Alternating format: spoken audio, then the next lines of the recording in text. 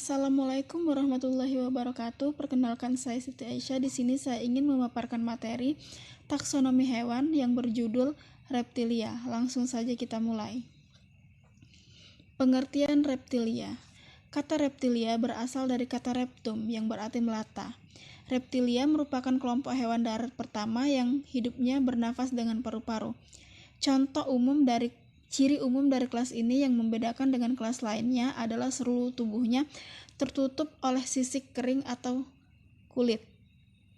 Reptil termasuk jenis hewan vertebrata atau hewan yang memiliki tulang belakang berdarah dingin dan memiliki sisik di semua bagian tubuhnya.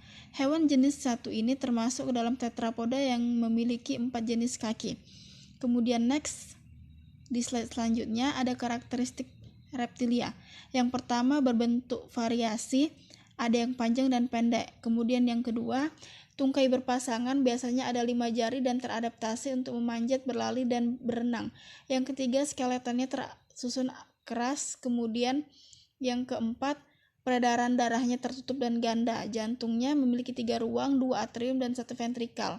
Kemudian sistem sarafnya dilengkapi dengan lobus optik dengan alat kelamin yang terpisah, telur yang ditutupi oleh cangkang keras, kemudian termasuk dalam hewan ektotermal.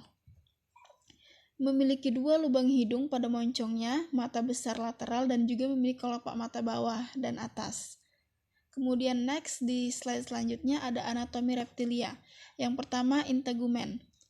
Reptil memiliki kulit yang ditutupi oleh sisik yang keras, kering sebagai proteksi atau pelindung dari serangan yang bisa membahayakan tubuhnya. Kulitnya tersusun atas epidermis yang tipis yang dapat mengelupas secara periodik dan lapisan dermis yang sangat tebal dan berkembang baik. Lapisan dermis terdapat kromator yang sel-sel yang memberi warna sehingga terdapat beberapa kadal dan hewan yang memiliki warna yang menarik. Kemudian selaput ekstra embria pada telur.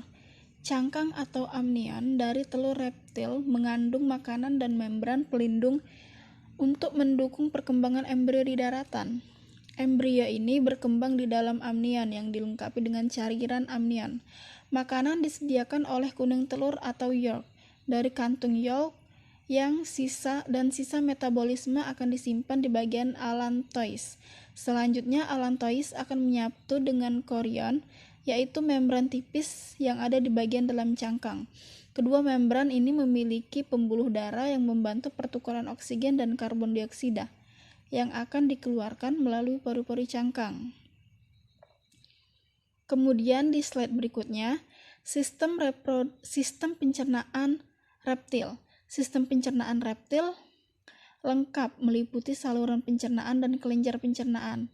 Reptil umumnya pemakan daging, di mana bagian rongga mulut makanan akan diteruskan ke esofagus atau kerongkongan, kemudian ventriculus atau lambung, kemudian diteruskan ke intestinum, di mana intestinum terdiri atas usus halus dan usus tebal.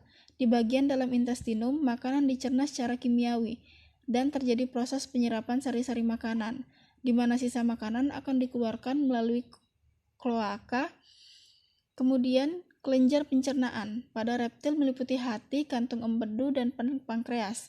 Hati pada reptilia memiliki 2 lobus. Kemudian kantung empedu terletak di tepi sebelah kanan hati, dan pankreas terletak di antara lambung dan duodenum. Kemudian sistem pernafasan reptil. Reptil bernafas menggunakan paru-paru. Paru-paru pada reptil berkembang lebih baik daripada hewan amfibi. Reptil secara khusus menggunakan paru-paru untuk pertukaran udara, dilengkapi oleh membran faringeal pada beberapa hewan akuatik seperti kura-kura. Reptil menghirup udara, kemudian udara dimasukkan melalui saluran thoracalis yang besar yang diperoleh dengan cara mengembangkan rusuk dadanya seperti pada ular dan kadal, atau menggerakkan organ-organ dalamnya pada kura-kura dan buaya. Reptil juga tidak memiliki otot diafragma. Next, di slide ini ada sistem peredaran darah reptil. Peredaran darah pada reptil adalah peredaran darah tertutup dan ganda. Darah pada Darah dari seluruh tubuh yang mengandung karbon dioksida mengalir ke sinus venosus, kemudian masuk ke atrium kanan menuju ventrikal.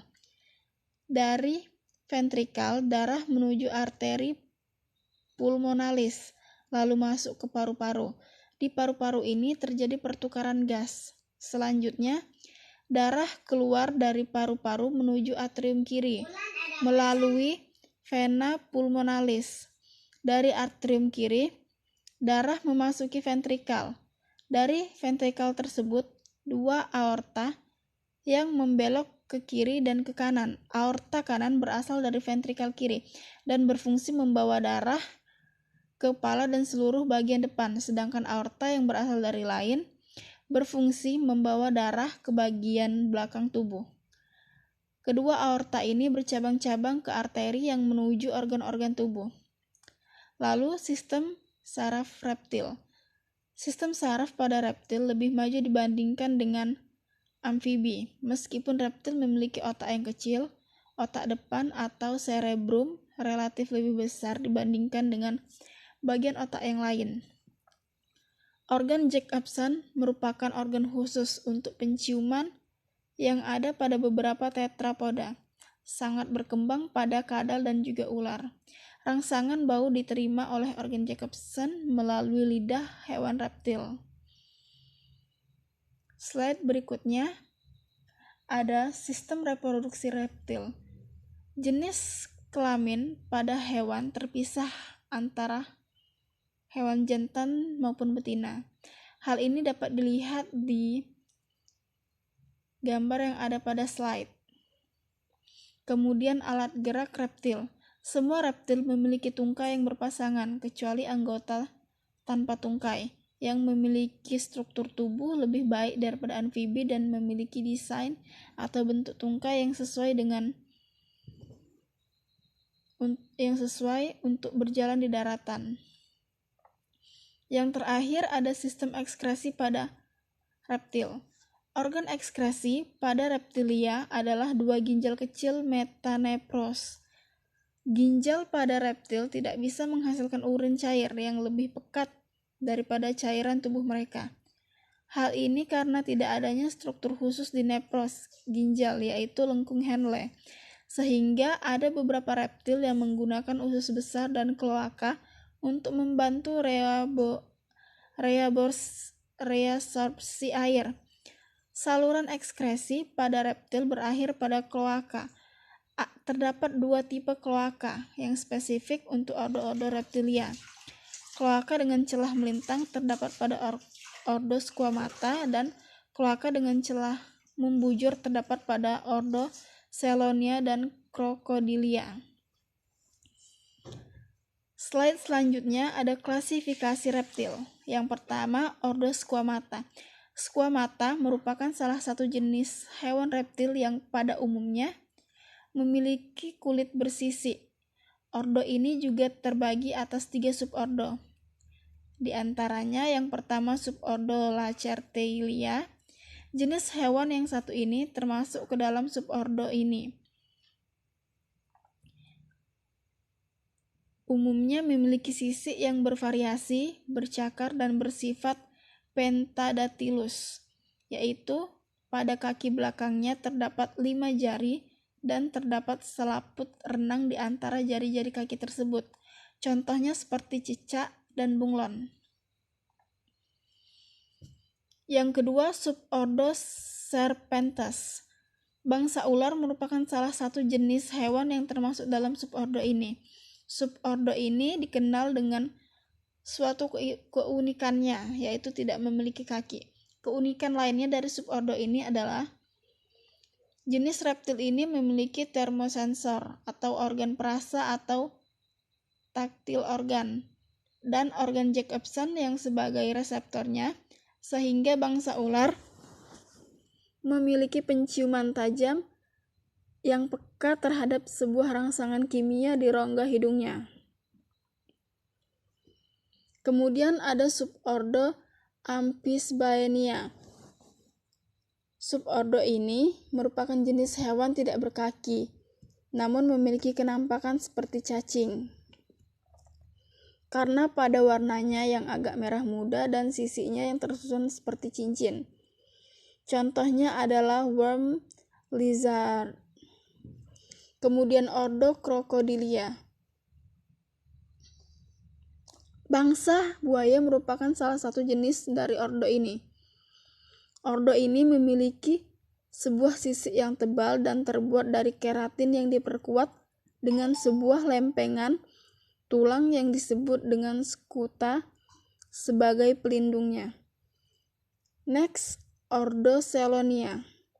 Ordo ini merupakan jenis hewan reptilian yang memiliki cangkang dengan bentuk tubuh yang pendek dan lebar, dilindungi oleh karapas dan plaston, tidak bergigi dan lidah tidak dapat menjulur. Cangkang pada jenis ordo ini berfungsi untuk pertahanan serta perlindungan diri dari predator. Contoh hewannya yaitu kura-kura dan penyu. Terakhir, ordo Rhynchocephalia, jenis reptil yang ini merupakan ordo terakhir dari kelas reptil. Hewan yang termasuk dalam ordo ini yaitu tuatara dan salah satunya masuk ke dalam ordo tersebut.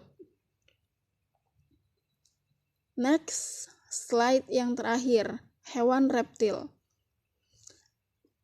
Penyu hijau atau Selonia midas merupakan penyu laut besar yang masuk ke dalam keluarga Selonidae.